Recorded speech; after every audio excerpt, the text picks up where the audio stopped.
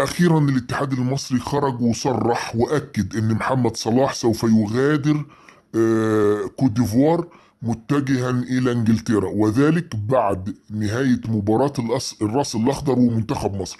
صلاح بعد عمل فحوصات زيادة تاني تأكدت أن إصابته محتاجة علاج معين في ليفربول عندهم في النادي في إنجلترا. فصلاح برضو قال انه مش هيسيب اللعيبه في مباراه الراس الاخضر، وهيقعد يشد من ازر اللعيبه زمايله، وبعد كده مجرد انتهاء المباراه هيغادر الى ليفربول.